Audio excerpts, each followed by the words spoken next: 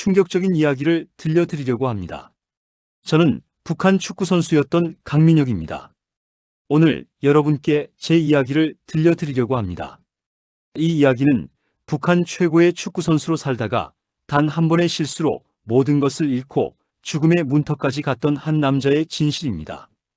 2018년 10월 어느 날 저는 김정은 동지께서 직접 관람하시는 경기에 출전했습니다.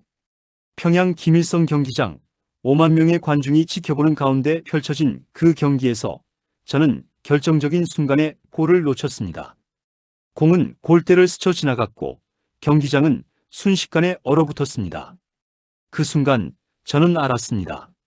제 인생이 끝났다는 것을. 경기가 끝나고 라커룸으로 돌아왔을 때 국가보위부 요원 2명이 저를 기다리고 있었습니다. 동무, 잠깐 따라오시오.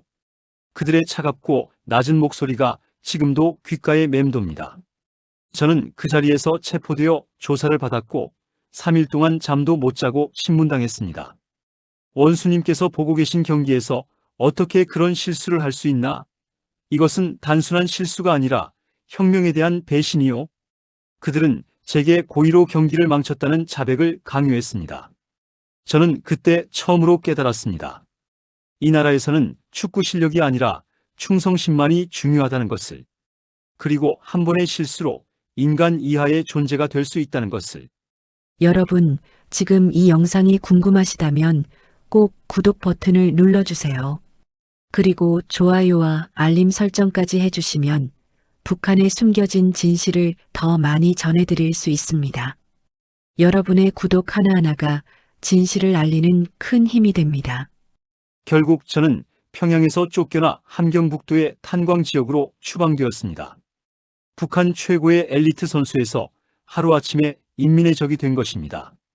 그곳에서 저는 2년 동안 지옥 같은 생활을 했고 마침내 결심했습니다. 이 땅을 떠나기로.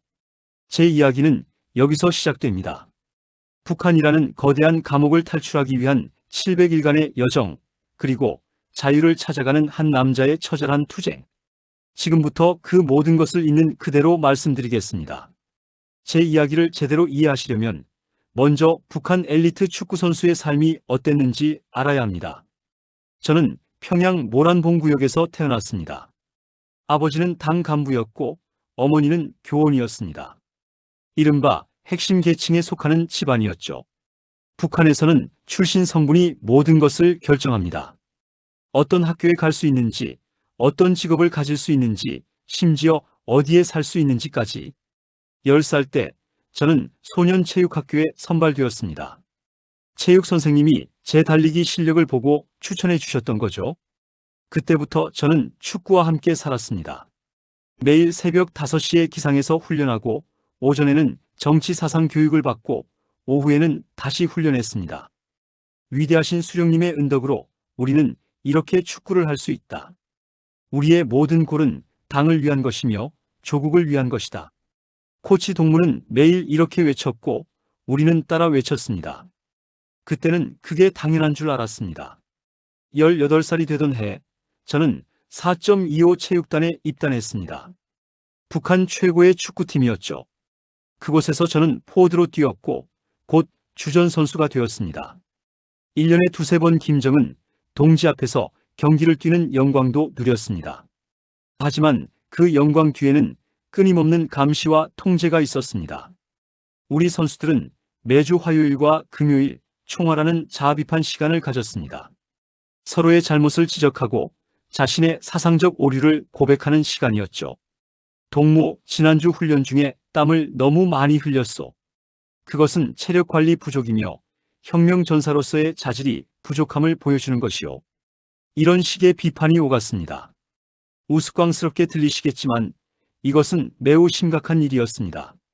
총화에서 비판을 많이 받으면 당 생활에 오점이 생기고 그것은 곧 승진이나 혜택에서 밀려난다는 뜻이었으니까요. 저는 25살에 결혼했습니다. 아내 수진이도 평양 출신의 핵심 계층이었고 예술단에서 무용수로 활동했습니다. 우리는 평양 중심가에 있는 20평짜리 아파트를 배정받았습니다.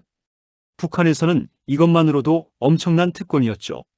하지만 그 아파트에는 전기가 하루에 서너 시간밖에 들어오지 않았습니다. 겨울에는 난방도 제대로 되지 않아서 두꺼운 이불을 여러 장 덮고 잤습니다. 여름에는 더위에 지쳐 창문을 활짝 열고 잤는데 모기가 너무 많아서 매일 아침 온몸이 물린 자국투성이었습니다. 평양이 이 정도인데 지방은 오죽하겠어요? 아내가 한 번은 이렇게 말한 적이 있습니다. 저는 그 말을 듣고 화를 냈습니다. 그런 말 하지 마. 누가 들으면 어떡하려고. 북한에서는 현실에 대한 불만을 입 밖에 내는 것조차 위험한 일이었습니다. 이웃 중 누군가는 분명 인민반장이나 보위부에 밀고 할 테니까요. 제가 받던 월급은 3,000원 정도였습니다. 북한 돈으로요. 하지만 그 돈으로 살 수 있는 것은 거의 없었습니다.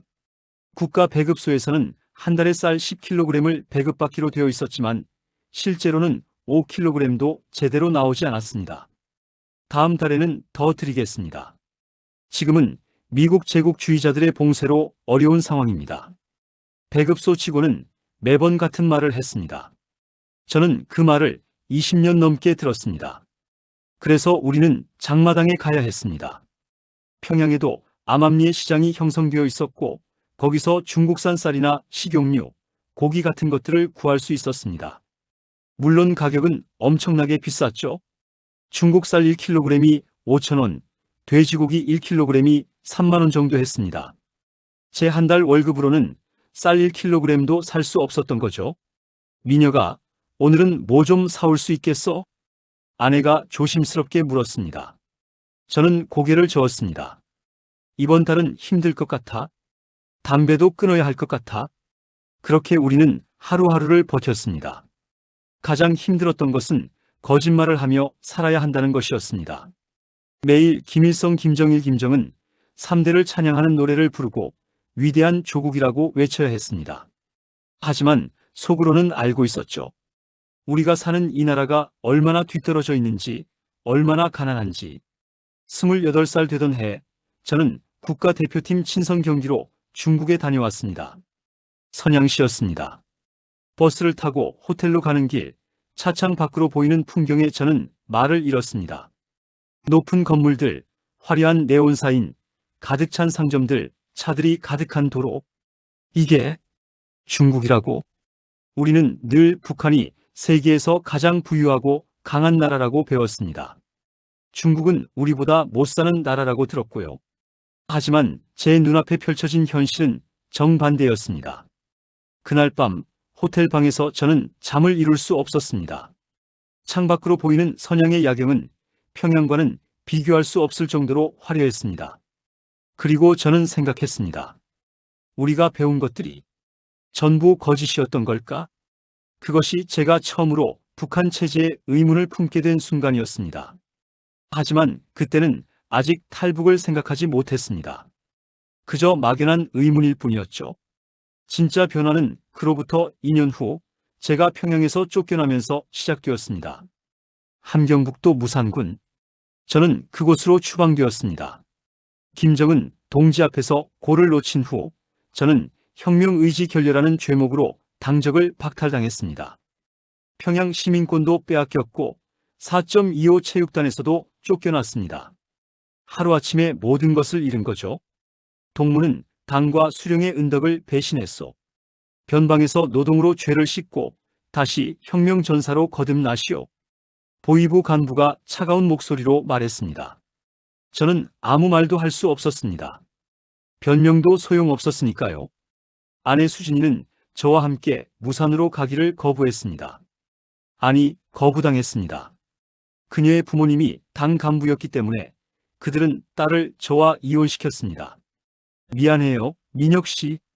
하지만 저도 어쩔 수 없어요. 마지막으로 본 아내의 얼굴이 아직도 선합니다. 그녀는 울고 있었지만 저를 따라오지는 않았습니다. 북한에서는 사랑보다 생존이 우선이니까요. 무산은 중국 국경과 가까운 곳이었습니다. 그곳에는 철광산이 있었고 저는 광부로 일하게 되었습니다. 평양의 화려했던 삶은 한순간에 사라졌습니다. 첫날 갱도 안으로 들어갔을 때의 기억은 평생 잊을 수 없을 것입니다. 칠흑 같은 어둠, 축축한 공기, 먼지가 가득한 좁은 통로, 그리고 해골처럼 야윈 광부들의 얼굴. 새로운 동무요. 여기선 평양에서 뭘 했든 상관없어. 살아남는 게 먼저요. 옆에서 일하던 나이든 광부가 말했습니다. 그는 기침을 심하게 했고 손가락 2개가 없었습니다. 사고로 잃었다고 했습니다. 저는 하루에 12시간씩 갱도에서 일했습니다. 곡괭이로 바위를 깨고 수레로 철광석을 나르고 다시 바위를 깼습니다. 손에는 물집이 잡혔고 허리는 끊어질 것 같았습니다. 배급은 더욱 열악했습니다. 하루에 옥수수 죽 1그릇, 그것도 물이 대부분인 죽이었습니다. 고기는 1년에 한 번 김일성 생일 때나 볼 수 있었고 그마저도 손가락 한마디 크기였습니다. 이게 인간이 사는 삶인가? 저는 매일 밤 이런 생각을 했습니다. 평양에서도 힘들었지만 그래도 인간답게 살았습니다. 하지만 여기는 달랐습니다. 이곳은 그야말로 지옥이었습니다.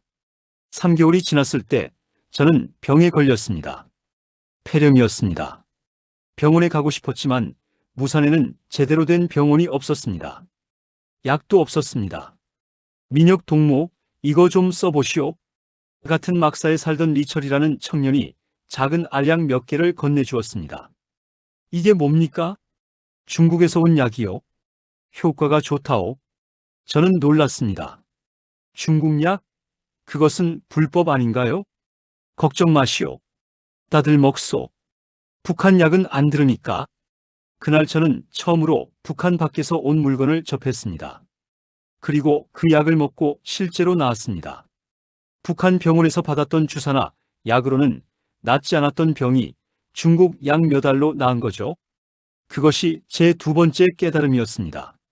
리철은 저보다 5살 어렸지만 세상 물정을 훨씬 잘 알고 있었습니다.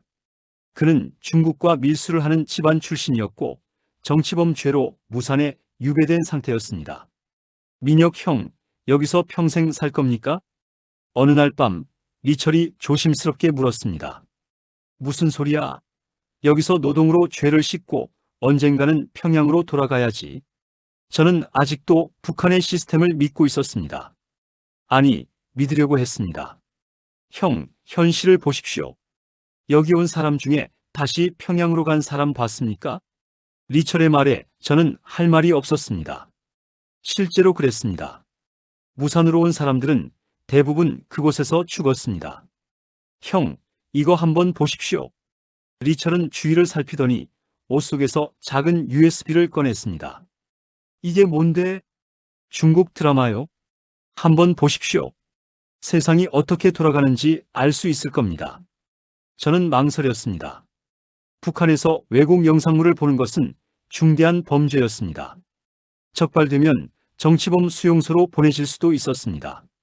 하지만 호기심이 더 컸습니다. 그날 밤 저는 이불을 뒤집어 쓰고 리철의 낡은 노트텔 북한식 노트북로 그 영상을 봤습니다. 중국 드라마였습니다. 현대를 배경으로 한 로맨스 드라마였죠. 그런데 그 드라마 속 배경이 저를 충격에 빠뜨렸습니다. 깨끗하고 화려한 아파트, 냉장고에 가득 찬 음식, 자동차, 스마트폰, 컴퓨터, 그리고 자유롭게 거리를 걷고 원하는 옷을 입고 원하는 것을 말하는 사람들. 이게 정말 중국인가? 저는 선양에서 본 풍경을 떠올렸습니다. 그때는 단순히 도시 풍경만 봤을 뿐이었습니다. 하지만 이 드라마는 사람들의 일상을 보여주었습니다. 그들이 얼마나 자유롭게, 얼마나 풍요롭게 사는지를. 드라마 속 주인공은 저처럼 30대 남자였습니다. 그는 회사에서 일했고 주말에는 친구들과 여행을 갔고 연인과 레스토랑에서 식사했습니다. 그의 집에는 TV, 컴퓨터, 에어컨, 세탁기가 있었습니다. 저는 그날 밤 잠을 한숨도 자지 못했습니다. 왜 우리는 이렇게 살아야 하는 걸까? 왜 우리만 이렇게 가난하고 이렇게 통제당하며 살아야 하는 걸까? 다음 날 아침 저는 리철에게 물었습니다. 중국이 정말 저렇게 잘 사는 거야? 중국은 그냥 보통이요. 남조선이나 미국은 훨씬 더 잘 산다오. 남조선. 우리가 늘 미제의 식민지, 지옥 같은 곳이라고 배웠던 대한민국? 그곳이 우리보다 잘 산다고? 거짓말 하지 마. 남조선은 미국의 식민지잖아. 사람들이 길거리에서 굶어 죽는다고 배웠어. 형, 그게 다 거짓말이요. 남조선은 우리보다 100배는 잘 싸워. 아니, 비교 자체가 안 돼요. 저는 화가 났습니다. 하지만 동시에 혼란스러웠습니다. 제가 30년 동안 배워온 모든 것이 흔들리고 있었으니까요. 그날 이후 저는 리철에게서 더 많은 영상을 받아봤습니다. 중국 드라마, 한국 드라마, 심지어 뉴스 영상까지. 그리고 그것들을 볼 때마다 제 세계관은 조금씩 무너져 내렸습니다. 북한은 세계에서 가장 가난한 나라 중 하나였습니다. 김일성, 김정일, 김정은은 신이 아니라 독재자였습니다. 우리가 배운 역사는 대부분 거짓이거나 왜곡된 것이었습니다. 그리고 무엇보다 우리에게는 선택권이 없었습니다. 태어날 때부터 정해진 계급, 정해진 삶, 정해진 사상. 우리는 인간이 아니라 체제를 위한 부품이었습니다. 6개월이 지났을 때 저는 결심했습니다. 나는 이곳을 떠나야 한다. 아니, 이 나라를 떠나야 한다. 그것은 단순한 불만이 아니었습니다. 생존을 위한 선택이었습니다. 이곳에 남아있으면 저는 35살이 되기 전에 죽을 것이 분명했습니다. 폐렴이든 사고든 굶주림이든. 리철아, 나 여기서 나갈 거야. 어느 날 저녁 저는 리철에게 조심스럽게 말했습니다. 리철은 한참을 저를 바라보더니 천천히 고개를 끄덕였습니다. 알았소. 도와드리겠소. 그렇게 저의 탈북 계획이 시작되었습니다. 탈북을 결심하는 것과 실행하는 것은 완전히 다른 문제였습니다. 북한을 빠져나간다는 것은 단순히 국경을 넘는다는 의미가 아니었습니다. 그것은 가족을 버리는 것이고 모든 과거를 지우는 것이며 무엇보다 실패하면 죽음을 각오해야 하는 일이었습니다. 형, 진짜로 할 겁니까? 리철이 다시 한번 물었습니다. 그의 목소리에는 걱정이 묻어 있었습니다. 응, 여기서 죽느니 차라리 시도라도 해보는 게 낫겠어. 저는 이미 결심했습니다. 무산에서의 삶은 느린 죽음이었습니다. 매일 12시간씩 갱도에서 일하고 옥수수 죽 한 그릇으로 연명하는 삶. 이대로라면 5년 안에 죽을 게 분명했습니다. 리철은 한숨을 쉬더니 천천히 말했습니다. 좋소. 그럼 제대로 준비합시다. 무작정 강을 건너다가는 30m도 못 가서 총에 맞을 겁니다. 그날부터 우리는 철저하게 준비하기 시작했습니다. 첫 번째로 해야 할 일은 두만강의 지형을 파악하는 것이었습니다. 무산에서 두만강까지는 약 50km 정도 떨어져 있었습니다. 그 구간에는 국경 경비대가 30m마다 배치되어 있었고 철조망과 지뢰밭이 있었습니다. 형, 국경 근처 마을에 제 친척이 살고 있어. 그 사람이 밀수를 하니까 강 주변 상황을 잘 알 겁니다. 리철의 소개로 저는 회령시 근처에 사는 박씨라는 남자를 만났습니다. 그는 50대 중반의 사내였는데 팔에 총상 흉터가 있었습니다. 탈북? 하려면 제대로 준비해야지. 무작정 뛰어들면 죽소. 박씨는 차가운 목소리로 말했습니다. 그는 15년 동안 국경에서 밀수를 해온 베테랑이었습니다. 돈은 얼마나 있소? 저는 그동안 모은 돈을 꺼냈습니다. 북한 돈으로 10만 원, 그리고 중국 돈으로 500위안. 광산에서 몰래 철광석을 빼돌려 팔아서 모은 돈이었습니다. 박 씨는 돈을 세어보더니 고개를 끄덕였습니다. 겨우 시작할 수 있는 정도요. 브로커 비용과 안내 비용을 합치면 최소 1000위안은 있어야 하오. 1000위안. 저에게는 천문학적인 금액이었습니다. 하지만 포기할 수는 없었습니다. 일단 제가 가진 걸로 시작하겠습니다. 나머지는 중국에 가서 벌겠습니다. 박 씨는 한참을 저를 바라보더니 한숨을 쉬었습니다. 좋소. 내가 길을 알려주겠소. 하지만 그 대신 중국에 가면 꼭 연락하시오. 내 조카가 연길에 있는데 그 애한테 2000위안을 보내주시오. 저는 고개를 끄덕였습니다. 그것이 제가 치러야 할 대가였습니다. 다음 2달 동안 저는 박 씨에게서 국경의 모든 것을 배웠습니다. 경비대가 가장 느슨한 시간은 새벽 3시에서 5시 사이요. 그때 교대 시간이라 혼란스럽거든. 그리고 비가 오거나 안개가 끼면 더 좋소. 철조망은 어떻게 넘습니까? 철조망은 넘는 게 아니라 밑으로 파고 들어가는 거요. 미리 파놓은 구멍이 있어. 내가 위치를 알려주겠소. 강은 어떻게 건넙니까? 이 시기면 강물이 얕소. 무릎 정도 올라올 거요. 하지만 물살이 세니까 조심해야 하오. 그리고 무조건 어두울 때 건너야 하오. 낮에는 중국 쪽에서도 다 보이니까.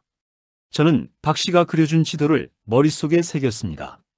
광산에서 국경까지 가는 길, 철조망의 구멍 위치, 강을 건너는 지점, 중국 쪽 마을의 위치. 모든 것을 외웠습니다. 그리고 체력을 키웠습니다. 광산 일이 끝나면 혼자 산을 올랐습니다. 50km를 걸어야 했으니까요. 밤에는 팔굽혀펴기와 스쿼트를 했습니다. 축구선수였던 제 체력은 광산일로 많이 떨어져 있었지만 그래도 조금씩 회복되었습니다. 리철은 제게 필요한 물건들을 구해주었습니다. 이건 나침반이요. 중국제라 정확하오. 이건 비상식량이요. 중국 라면 5개, 초콜릿 10개. 최소 3일은 버틸 수 있을 겁니다. 이건 우비요. 비 올 때 필요하오. 그리고 이건 칼이요. 호신용이요. 칼을 받아들었을 때 손이 떨렸습니다. 이 칼을 쓸 일이 생긴다면 그것은 제가 경비대와 마주쳤다는 뜻이었습니다. 리철아, 고마워. 진짜 고마워. 뭘요? 형이 성공하면 저도 용기를 얻을 겁니다. 언젠가 저도 나갈 거요. 준비는 거의 끝나가고 있었습니다.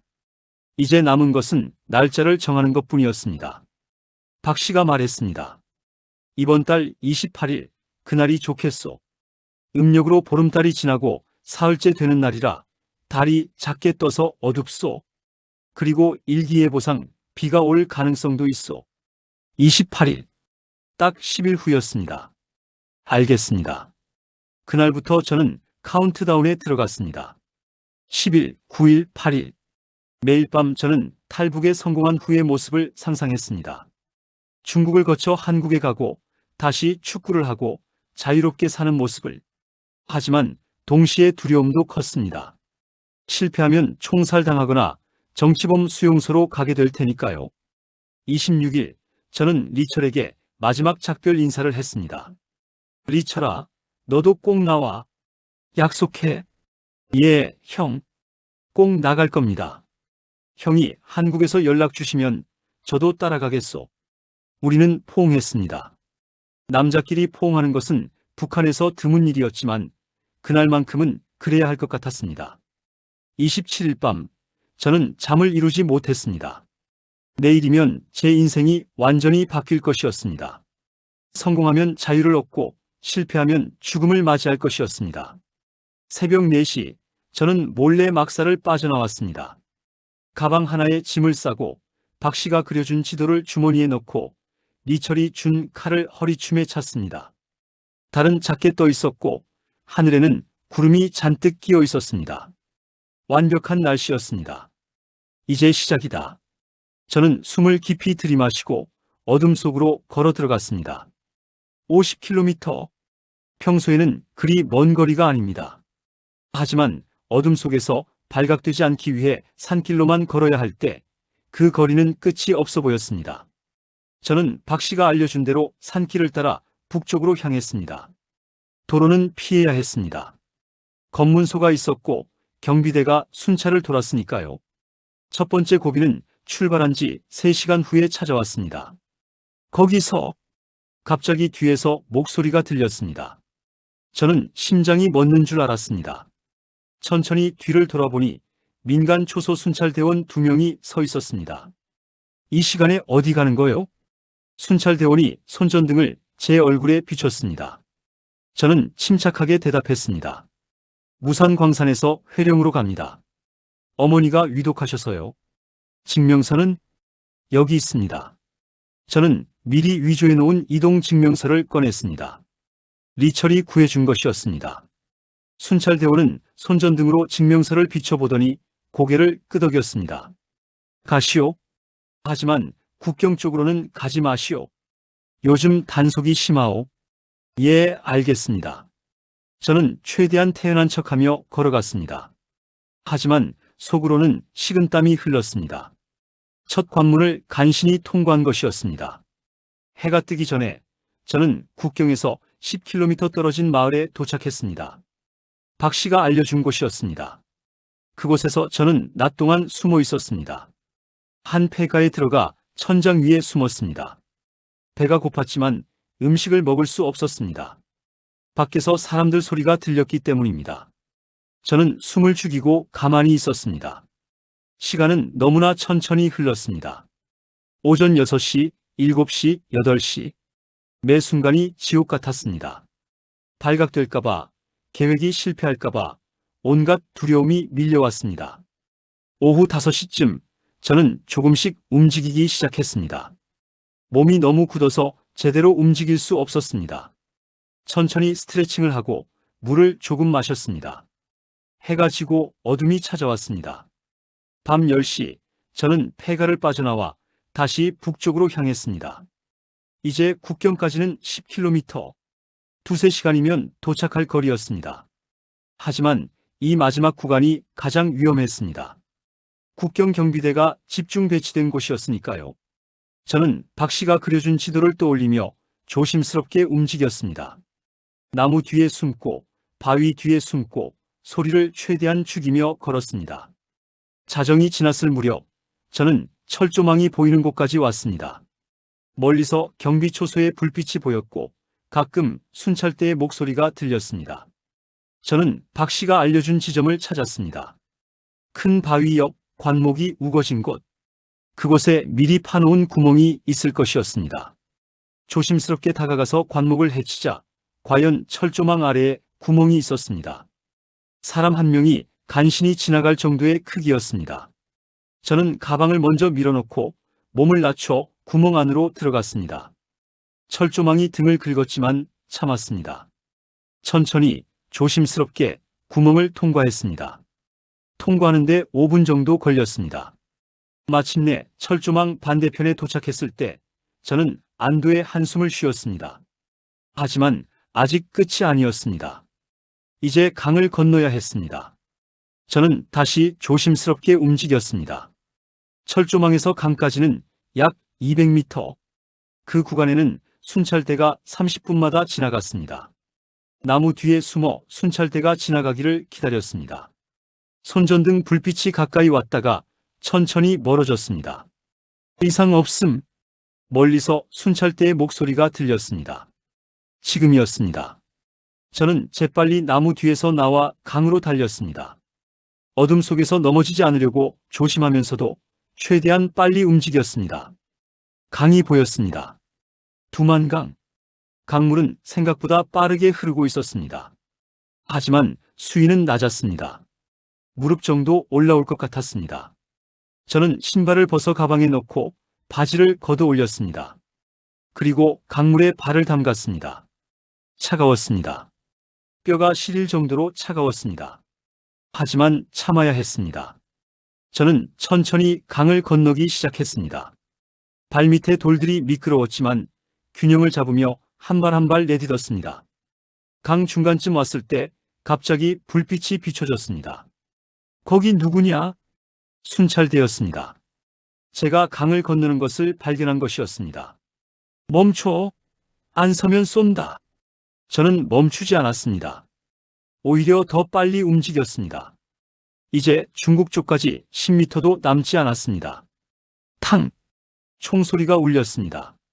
물보라가 제 옆에서 튀었습니다. 탕! 탕! 두 발이 더 날아왔습니다. 하지만 어둠 속에서 정확히 조준하기는 어려웠을 것입니다. 저는 물속에서 뛰었습니다. 물이 무릎 위까지 올라왔지만 신경 쓰지 않았습니다. 오직 앞으로만 나아갔습니다. 마침내 제 발이 중국 땅에 닿았습니다. 저는 강둑을 기어올라 풀숲에 몸을 숨겼습니다. 심장이 터질 듯이 뛰었고 온몸이 젖어 있었습니다. 뒤를 돌아보니 북한 쪽에서 순찰대가 손전등을 비추고 있었습니다. 하지만 그들은 강을 건너오지 않았습니다. 국경을 넘을 수 없었으니까요. 탈북자다. 탈북자가 도강했다. 순찰대의 목소리가 들렸습니다. 곧 더 많은 병력이 올 것이었습니다. 저는 일어나서 다시 뛰기 시작했습니다. 중국 땅이었지만 아직 안전하지 않았습니다. 북한 순찰대는 때때로 중국 땅에 몰래 들어와 탈북자를 잡아가곤 했습니다. 그리고 중국 공안에게 잡히면 북한으로 강제 송환되었습니다. 저는 박 씨가 알려준 대로 동쪽으로 향했습니다. 그곳에 조선족 마을이 있었고 거기서 하룻밤 숨을 수 있을 것이었습니다. 새벽 4시쯤 저는 작은 마을에 도착했습니다. 집들은 모두 불이 꺼져 있었습니다. 저는 박 씨가 알려준 집을 찾았습니다. 빨간 대문이 있는 집. 조심스럽게 문을 두드렸습니다. 누구세요? 안에서 여자 목소리가 들렸습니다. 박 씨가 소개했습니다. 북에서 왔습니다. 잠시 침묵이 흘렀습니다. 그리고 문이 열렸습니다. 빨리 들어오세요. 50대로 보이는 조선족 아주머니가 저를 안으로 데리고 들어갔습니다. 젖은 옷 벗고 이거 입으세요. 그리고 여기서 쉬세요. 낮에는 절대 밖에 나가면 안 돼요. 저는 고개를 끄덕였습니다. 옷을 갈아입고 방에 누웠을 때 비로소 긴장이 풀렸습니다. 나는 해냈다. 북한을 벗어났다. 눈물이 났습니다. 기쁨과 안도감, 그리고 두려움이 뒤섞인 눈물이었습니다. 하지만 저는 알고 있었습니다. 이것은 시작일 뿐이라는 것을. 진짜 여정은 이제부터였습니다. 중국 땅에 도착했을 때 저는 자유를 얻었다고 생각했습니다. 하지만 곧 깨달았습니다. 중국은 또 다른 감옥이었다는 것을. 조선족 아주머니 집에서 3일을 숨어 지낸 후 저는 연길시로 이동했습니다. 박 씨의 조카를 만나기 위해서였습니다. 그는 저를 한국으로 보내줄 브로커를 소개해 줄 것이었습니다. 하지만 연길로 가는 것조차 쉽지 않았습니다. 절대 기차나 버스는 타지 마세요. 검문이 있어요. 신분증 확인하면 바로 잡혀요. 아주머니가 경고했습니다. 그래서 저는 조선족 트럭 운전사의 도움을 받아 화물칸에 숨어서 이동했습니다. 트럭 화물칸은 좁고 어두웠습니다. 나무 상자들 사이에 몸을 숨기고 숨소리조차 죽이며 6시간을 버텼습니다. 등이 아프고 다리가 저렸지만 움직일 수 없었습니다. 검문이야. 다들 신분증 꺼내. 중간에 검문소를 통과할 때 심장이 터질 것 같았습니다. 공안들이 트럭 주변을 돌며 확인했습니다. 뒤는 안 봐요? 화물만 실었다고 하는데 뭘 봐? 빨리 가. 다행히 화물칸까지는 확인하지 않았습니다. 트럭은 다시 출발했고 저는 안도의 한숨을 쉬었습니다. 연길에 도착한 것은 저녁 6시쯤이었습니다. 박 씨의 조카 김철수는 30대 초반의 젊은 조선족 남자였습니다. 북에서 오셨어요? 힘드셨겠네요. 일단 우리 집으로 가시죠. 그는 친절했지만 조심스러웠습니다. 아파트 건물에 들어갈 때도 주위를 살피며 엘리베이터 대신 계단을 이용했습니다. 요즘 단속이세요? 탈북자 적발하면 공안들이 포상금 받거든요. 그래서 다들 눈이 뒤집혀 있어요. 철수의 집은 작은 원룸이었습니다. 하지만 제게는 천국 같았습니다. 따뜻한 물로 샤워를 하고 제대로 된 밥을 먹었습니다. 형님, 한국 가려면 돈이 많이 필요해요. 최소 10,000위안은 있어야 해요. 10,000위안. 한국 돈으로 약 200만 원. 저에게는 없는 돈이었습니다. 돈이 없으면요? 그럼 여기서 일하면서 모으셔야죠. 보통 1년에서 2년 정도 걸려요. 1년에서 2년. 하지만 그 시간 동안 중국에 불법 체류하는 것은 위험했습니다. 일단 일자리부터 구해드릴게요. 식당 설거지나 건설 현장 같은데요. 불법이니까 최저 시급도 안 되고 언제 걸릴지 모르지만 다른 방법이 없어요. 저는 고개를 끄덕였습니다. 선택의 여지가 없었습니다. 다음 날부터 저는 중국 음식점에서 설거지 일을 시작했습니다. 아침 8시부터 밤 11시까지 하루 15시간 일했습니다. 급여는 하루 100위안, 한국 돈으로 2만 원 정도였습니다. 주방은 뜨겁고 습했습니다. 설거지를 하는 동안 손은 늘 물에 잠겨 있었고 피부가 벗겨졌습니다. 허리는 끊어질 것 같았고 다리는 부어올랐습니다.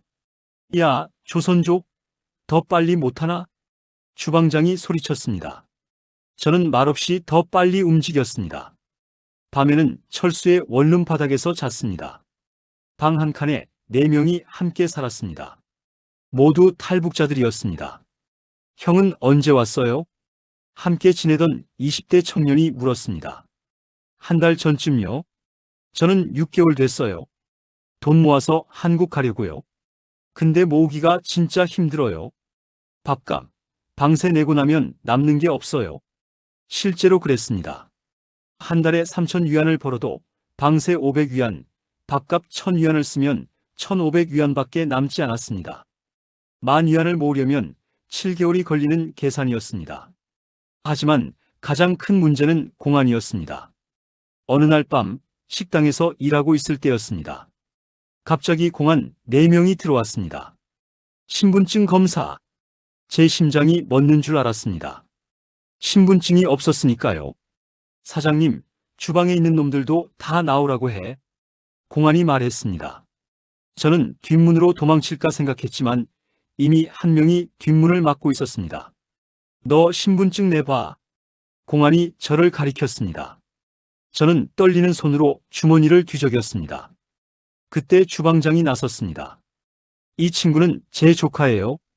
신분증을 집에 두고 왔는데 제가 보증할게요. 주방장은 공안에게 돈 몇 장을 건넸습니다. 뇌물이었습니다. 공안은 돈을 받더니 저를 한번 훑어보고는 나갔습니다. 다음엔 신분증 꼭 가지고 다녀. 주방장은 화난 듯이 말했지만 사실 저를 도와준 것이었습니다. 감사합니다. 됐어.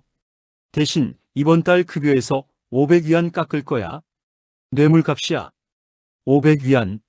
제 한 달 저축액의 3분의 1이었습니다. 하지만 불평할 수 없었습니다.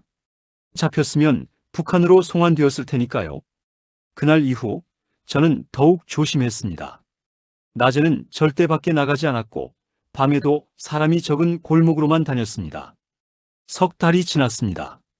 저는 4,000위안을 모았습니다. 목표의 절반도 안 되는 금액이었습니다. 그때 철수가 소식을 가져왔습니다. 형님, 좋은 소식이에요.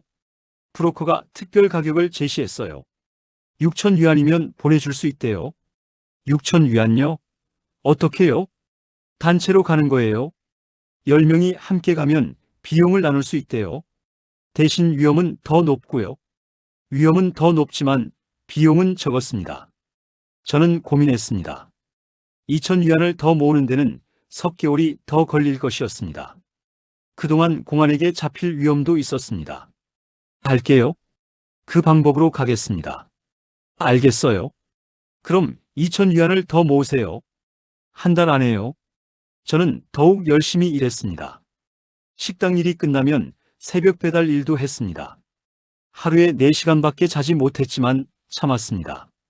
한 달 후 저는 6,000위안을 모았습니다. 형님, 준비됐어요. 모레 출발이에요. 철수가 말했습니다. 어떻게 가는 건가요? 라오스를 거쳐서 태국으로 가요. 거기서 한국 대사관에 가면 한국으로 보내줘요.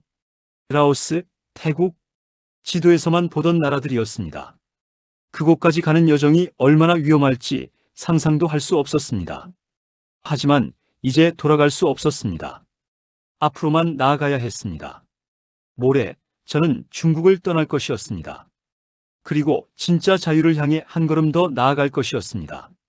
중국 남부의 한 작은 마을. 그곳에서 저는 다른 탈북자 9명을 만났습니다. 20살부터 50살까지 남녀노소가 섞여 있었습니다. 우리는 서로 이름도 묻지 않았습니다. 이름을 아는 것은 위험했으니까요. 만약 누군가 잡히면 나머지를 밀고 할 수 있었습니다. 규칙은 간단합니다. 내 말만 따르세요. 질문하지 말고 의심하지 말고 절대 도망치려 하지 마세요. 브로커는 40대 중반의 조선족 남자였습니다. 그의 얼굴에는 큰 흉터가 있었고 눈빛은 차갑고 날카로웠습니다. 길은 이렇습니다. 먼저 베트남 국경까지 차로 이동합니다. 거기서 걸어서 베트남으로 들어가고 다시 라오스로 넘어갑니다. 라오스에서 메콩강을 건너 태국으로 들어가면 거기서 한국 대사관으로 갑니다. 지도를 보니 엄청난 거리였습니다. 3,000km가 넘었습니다. 얼마나 걸리나요? 젊은 여자가 조심스럽게 물었습니다. 운이 좋으면 2주, 나쁘면 한 달, 아니면 영영 도착 못할 수도 있죠. 브로커는 웃으며 말했습니다. 섬뜩한 웃음이었습니다. 우리는 밤에 출발했습니다. 화물 트럭 뒤에 숨어서 트럭에는 과일 상자가 가득 실려 있었고 우리는 그 상자들 사이 좁은 공간에 몸을 숨겼습니다. 트럭은 밤새 달렸습니다. 저는 좁은 공간에서 몸을 웅크리고 과일 냄새를 맡으며 버텼습니다. 화장실도 갈 수 없었고 물도 마실 수 없었습니다. 엄마 힘들어요. 옆에 있던 아이가 울먹였습니다. 10살쯤 되어 보이는 여자아이였습니다. 쉿, 참아야 해. 조금만 더. 어머니가 아이를 꼭 안았습니다. 이틀 후 우리는 베트남 국경에 도착했습니다. 산악 지역이었습니다. 여기서부터는 걸어갑니다. 10km 정도예요. 10km. 평지라면 어렵지 않은 거리였습니다. 하지만 산길이었고 밤이었고 빗속이었습니다. 우리는 한 줄로 걸었습니다. 브로커가 앞에서 길을 인도하고 우리는 따라갔습니다. 비가 억수같이 쏟아졌고 지늘길은 미끄러웠습니다. 으악! 앞에서 누군가 미끄러져 넘어졌습니다. 50대 남자였습니다. 그는 발목을 다쳤는지 일어나지 못했습니다. 일어나세요. 빨리. 브로커가 차갑게 말했습니다. 못 일어나겠어요. 너무 아파요. 그럼 여기 남으세요. 뭐라고요? 나는 10명을 다 데려갈 의무 없어요. 가다가 나고하는 사람은 책임 안 져요. 계약서에 써 있었잖아요. 브로커는 그를 그대로 두고 앞으로 나아갔습니다. 다른 사람들도 망설이다가 따라갔습니다. 저도 마찬가지였습니다. 뒤에서 남자의 울부짖는 소리가 들렸지만 우리는 멈추지 않았습니다. 멈추면 우리도 낙오될 것이었습니다. 그것이 탈북 여정의 현실이었습니다. 동료도 동정도 없었습니다. 오직 생존만이 있었습니다. 새벽에 우리는 베트남 국경을 넘었습니다. 9명이? 베트남에서는 브로커의 동료가 우리를 맞았습니다. 그는 베트남인이었고 영어로 간단히 말했습니다. 팔로미. 우리는 다시 트럭에 실려 라오스로 향했습니다. 이번에는 사흘이 걸렸습니다. 사흘 동안 우리는 제대로 밥을 먹지 못했고 화장실도 하루에 한 번밖에 갈 수 없었습니다. 10살 아이는 계속 울었습니다. 어머니는 아이를 달래느라 지쳐갔습니다. 언제쯤 도착하나요? 어머니가 물었습니다. 곧이요? 조금만 더 참으세요. 하지만 곧은 오지 않았습니다. 라오스에서 우리는 정글을 걸어야 했습니다. 메콩강까지 20km. 하루 종일 걸었습니다. 정글은 무더웠고 습했고 벌레가 득실거렸습니다. 모기에 물려 온몸이 가려웠고 거머리가 다리에 붙었습니다. 물 좀 주세요. 한 남자가 브로커에게 애원했습니다. 물은 다 떨어졌어요. 강까지 참으세요. 하지만 그 남자는 강까지 도착하지 못했습니다. 중간에 쓰러졌고 다시 일어나지 못했습니다. 우리는 그를 두고 갔습니다. 또 한 명이 줄어들었습니다. 메콩강에 도착했을 때 우리는 7명이 남아 있었습니다. 저기 보이는 게 태국입니다. 강을 건너면 자유예요. 브로커가 가리켰습니다.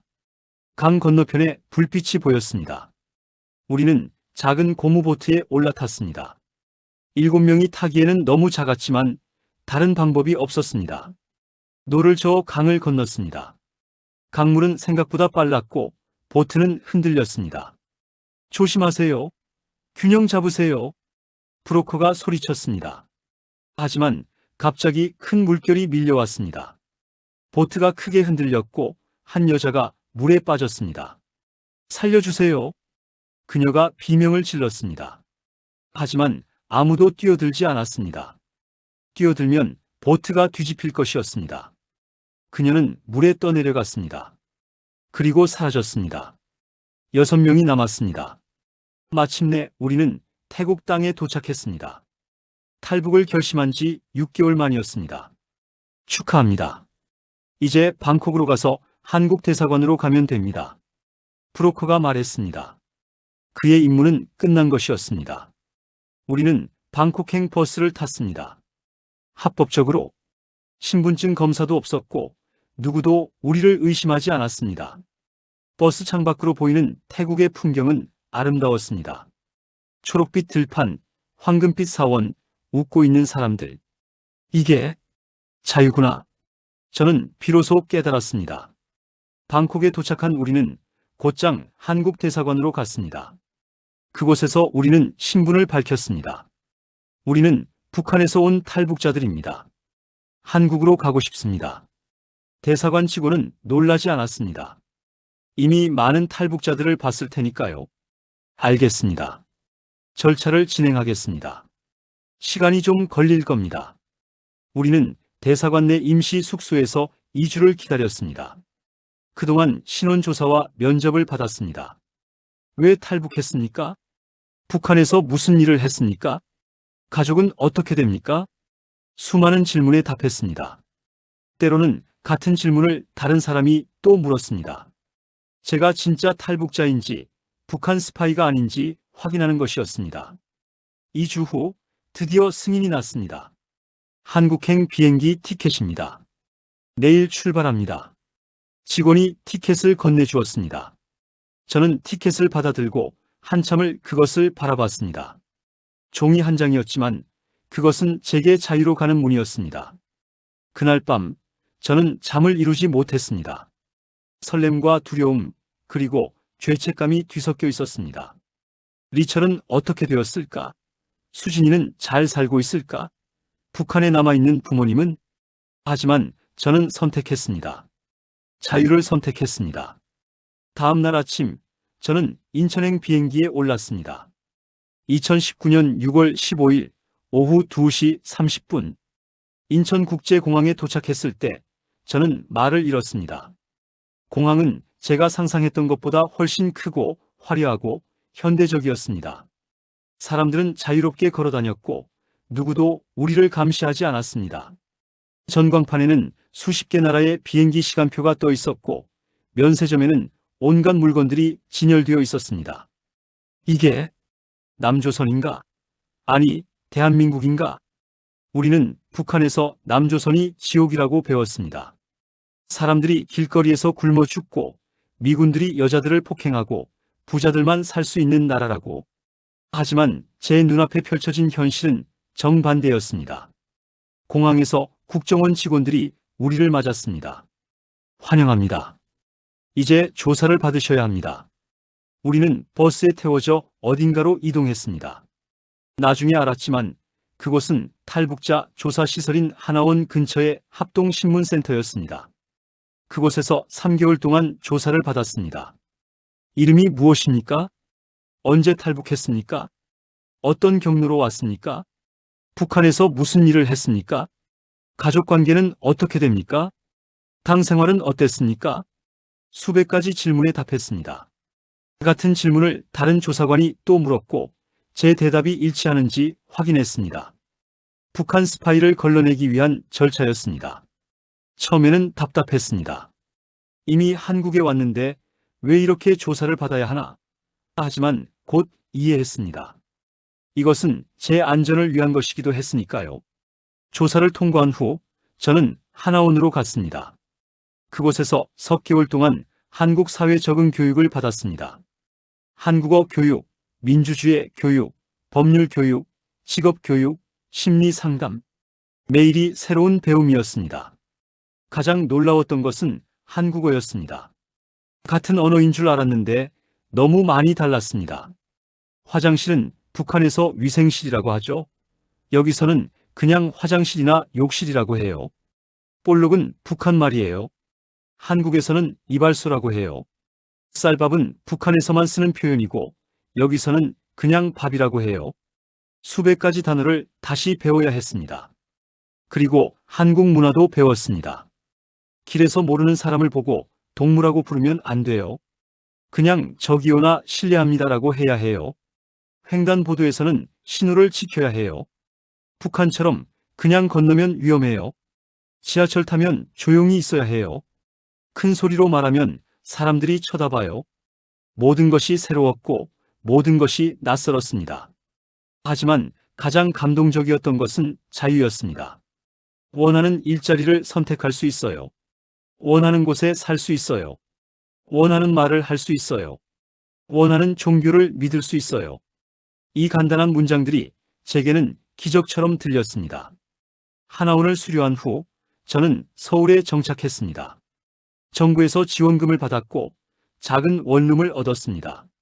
처음 서울 거리를 걸었을 때의 감동을 잊을 수 없습니다. 명동 거리였습니다. 밤 8시쯤이었는데 거리는 낮처럼 밝았습니다. 수많은 사람들이 자유롭게 걸어 다녔고 상점에는 온갖 물건들이 넘쳐났습니다. 전기가 밤에도 이렇게 환하게 켜져 있다니. 저는 한참을 그 자리에 서서 거리를 바라봤습니다. 그리고 울었습니다. 기쁨의 눈물이었습니다. 직업을 찾는 것은 쉽지 않았습니다. 저는 북한에서 축구선수였지만 한국에서는 그 경력이 인정되지 않았습니다. 35살이라는 나이도 문제였습니다. 죄송합니다. 더 어린 사람을 찾고 있어요. 탈북자는 잘 모르겠네요. 경력이 없으시네요. 수십 번의 거절을 받았습니다. 하지만 포기하지 않았습니다. 결국 한 체육관에서 축구 코치 일을 시작했습니다. 급여는 많지 않았지만 제가 좋아하는 일이었습니다. 아이들을 가르치면서 저는 희망을 보았습니다. 코치님, 나중에 프로 선수 될 수 있을까요? 한 아이가 물었습니다. 물론이지. 열심히 하면 뭐든 될 수 있어. 여기는 자유로운 나라니까. 제가 한 번도 들어보지 못했던 말을 저는 그 아이에게 해주었습니다. 1년이 지났습니다. 저는 한국 생활에 점점 적응했습니다. 지하철 타는 법을 배웠고, 스마트폰 쓰는 법을 배웠고, 은행 업무 보는 법을 배웠습니다. 하지만 여전히 힘든 순간들이 있었습니다. 밤에 악몽을 꾸었습니다. 두만강을 건너다가 총에 맞는 꿈, 공안에게 잡혀 북한으로 송환되는 꿈, 정치범 수용소에 갇히는 꿈. 깨어나면 온몸이 땀으로 젖어 있었습니다. 그리고 죄책감도 있었습니다. 나만 여기서 편하게 사는 건 아닐까? 북한에 있는 리철은 어떻게 되었을까? 부모님은? 2021년 저는 탈북자 커뮤니티에 가입했습니다. 그곳에서 다른 탈북자들을 만났고 서로의 이야기를 나눴습니다. 저도 똑같아요. 밤마다 악몽을 꿔요. 저는 가족이 너무 보고 싶어요. 저는 아직도 한국 사람들 사이에서 위축돼요. 우리는 같은 아픔을 공유했고 서로를 위로했습니다. 그리고 저는 결심했습니다. 제 이야기를 세상에 알리기로. 2023년 저는 유튜브 채널을 시작했습니다. 탈북자의 진실된 이야기를 전하기 위해서였습니다. 처음에는 구독자가 100명도 안 됐습니다. 하지만 포기하지 않고 꾸준히 영상을 올렸습니다. 북한의 실상, 탈북 과정의 진실, 한국에서의 정착기. 조금씩 사람들이 관심을 가져주었고 구독자가 늘어났습니다. 그리고 오늘 저는 여러분께 제 이야기를 들려드렸습니다. 왜 이 이야기를 하는가? 북한에 아직도 2,500만 명이 살고 있습니다. 그들은 자유가 무엇인지 모릅니다. 선택이 무엇인지 모릅니다. 인간으로서의 존엄이 무엇인지 모릅니다. 제 이야기가 그들에게 작은 희망이 되기를 바랍니다. 그리고 여러분이 이 이야기를 더 많은 사람들에게 전해주시기를 바랍니다. 자유는 공짜가 아닙니다. 자유는 피와 땀과 눈물로 얻어지는 것입니다. 저는 자유를 얻기 위해 모든 것을 걸었습니다. 그리고 성공했습니다. 이제 저는 매일 아침 일어나서 감사합니다. 커피를 마실 수 있어서, 원하는 옷을 입을 수 있어서, 원하는 말을 할 수 있어서, 원하는 곳을 갈 수 있어서, 그리고 무엇보다 제가 저 자신으로 살 수 있어서. 여러분, 자유를 당연하게 여기지 마세요. 자유는 세상에서 가장 소중한 것입니다. 저는 강민혁입니다. 북한을 떠나 대한민국에서 새 삶을 시작한 탈북 축구선수입니다. 제 이야기를 들어주셔서 감사합니다. 이 영상이 도움이 되셨다면 구독과 좋아요 부탁드립니다. 그리고 댓글로 여러분의 생각을 나눠주세요. 여러분의 관심 하나하나가 북한의 진실을 알리는데 큰 힘이 됩니다. 감사합니다.